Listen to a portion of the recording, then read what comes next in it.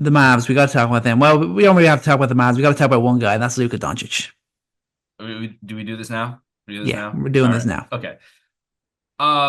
Here's the question, because I think this is we know about Luka's defense, we know about his lack of effort, and I think this is kind of the season where it's become cemented.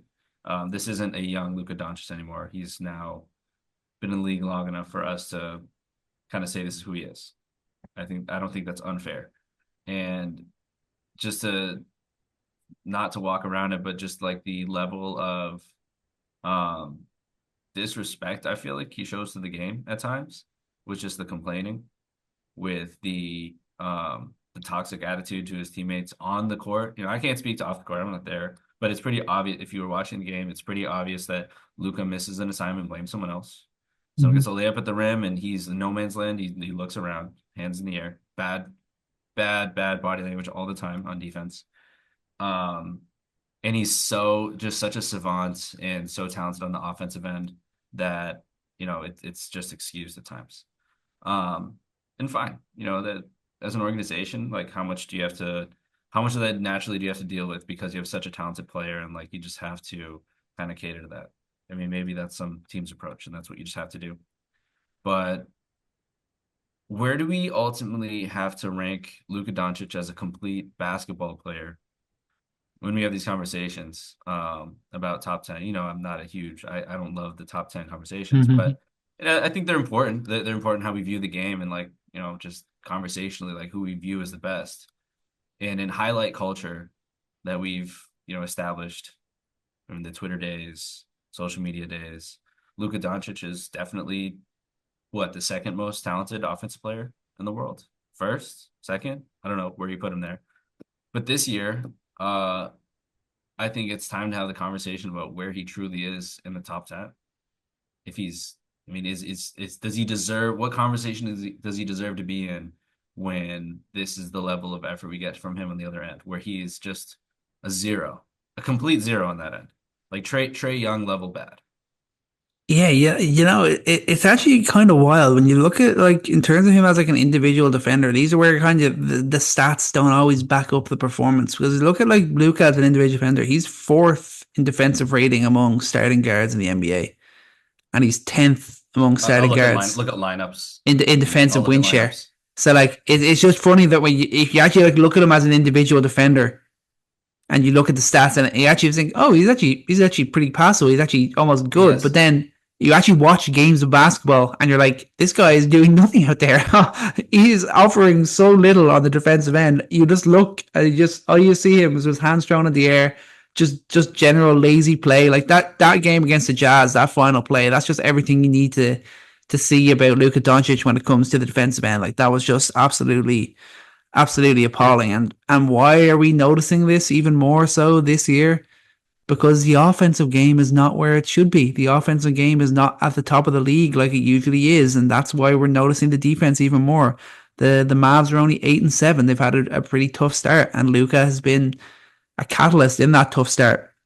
Still averaging what 28.1 points per game, 7.6 boards, 7.6 assists, but that's nearly 6 points fewer than last season. That's nearly two and a half fewer assists. He shot 49% from the field, 38% from three last year. He's down to 43% and 32% this year. Like those are big drop offs for a guy that we expected to go out and have a big year. He's ninth in scoring, eighth in assists, 15th in three pointers made per game. His ranks last year, first, third, and second.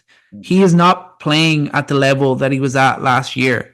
That could still change, but we've seen the likes of Anthony Davis, Jason Tatum, Nikola Jokic, three guys that he wants to be in the conversations when it comes to the best players in the league. They've all raised their games to begin the year. Doncic has gone the other way. And the thing I think it comes back to is conditioning. Conditioning is so important for a guy like Luka Doncic. And I think the perfect example of that is Nikola Jokic. Yeah. The whole story of Jokic, we all know.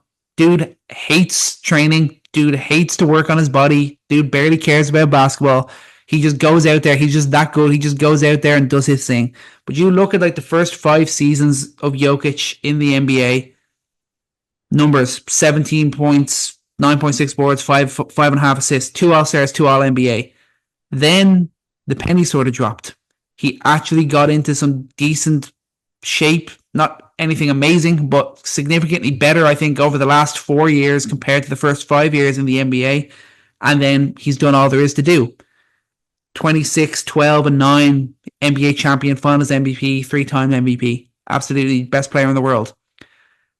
And it come down to conditioning. He got himself into better shape, and Luka has to do the same thing. That penny has to drop with Luka, or he's never going to achieve what he's meant to achieve in this league. He's never going to be able to be a passable defender. Because let's not forget, Nikola Jokic is a bad defender as well. Don't get me wrong. Denver have had to bring in the right players to make him less of a liability there, but he's been able to work hard, and he's able to do more because he's in better shape. Luka needs to get into better shape because he has all the talent. Conditioning is the thing with Luka Doncic.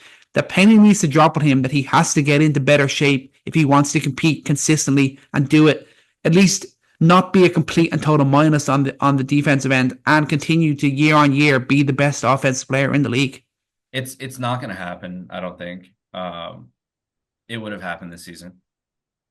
It would have happened this season. They made it to the finals last year. It's glaringly obvious that his level of defensive effort and his level of conditioning was going to be a major X factor for the Mavs. They fell short against the Celtics, and I think one could wonder if Luka's effort was able to elevate on both ends. If that happened, what chance would they have had? And if it's not going to change after you make it to the finals, you get that close, but you're clearly a level below in terms of your physical ability to compete over the long run. I mean, you could say, oh, he's injured. Okay, well, how much of the injury is also like being in shape? I mean, Yeah. that's also a personal responsibility.